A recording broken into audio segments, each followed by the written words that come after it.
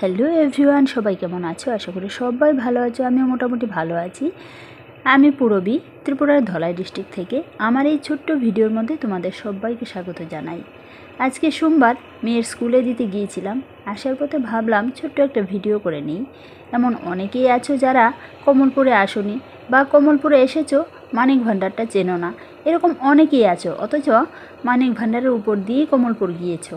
তো তোমাদের জন্যই আজকের এই ভিডিওটা। যারা দূর থেকে আমার এই ভিডিওগুলো দেখো, তোমাদেরকে অসংখ্য ধন্যবাদ জানাই।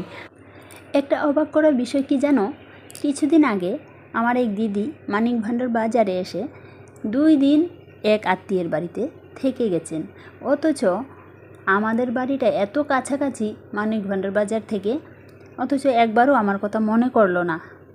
আমাকে যদি একটা বার ফোন করতো তাহলে অবশ্যই দিদি আমার বাড়িতে একটু ঘুরে যেতে পারতো বা আমিও দিদির সঙ্গে কথাবার্তা বলতে পারতাম। তো আমার যারা পরিচিত দূর দূরান্তে আছো, যাদের সঙ্গে আমি খুব ক্লোজ আমার, তো ওরা যদি আমাদের মানিক ভাণ্ডারে এসে ঘুরে যায় বা মানিক ভাণ্ডারের উপর দিয়ে ধর্মনগর, কুমারঘাট বা এদিকে আরও দর্শনীয় অনেক জায়গা আছে, ওই জায়গাগুলিতে যায়, আমাদের মানিক ভাণ্ডারের উপর দিয়ে আসা যাওয়া করে, তখন যদি শুনি বা দেখি ছবির মধ্যে, খুবই খারাপ লাগে। তো আমি চাই আমার যারা পরিচিত, আমার খুব কাছের যারা, তারা যখনই এদিকে আসা যাওয়া করে অবশ্যই যাতে আমাকে একটা ফোন করে আমাদের বাড়িতে একটু ঘুরে যায়, তাহলে আমার খুবই ভালো লাগবে। 10টা বছরে অনেকের সঙ্গে অনেকভাবে পরিচিত হয়েছি। কেউর সঙ্গে ব্যায়ামে গিয়ে, কারোর সঙ্গে গানে গিয়ে, কারোর সঙ্গে নাচে গিয়ে, কারোর সঙ্গে বা আর্টে গিয়ে, এরকম নানানভাবে অনেকের সঙ্গেই পরিচিত হয়েছি।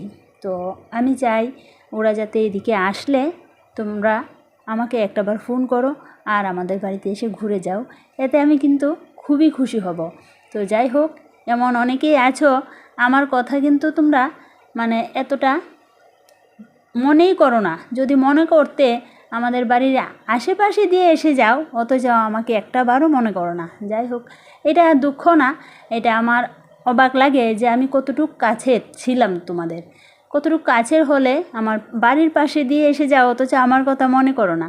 যাই হোক, কিছু করার নেই, হয়তো আমি তোমাদের মনের পাশে বা মনের মতো মানুষ ছিলাম না, তাই হয়তো আমাকে মনে করো না, এটাতে আমি কোনো দুঃখিত না।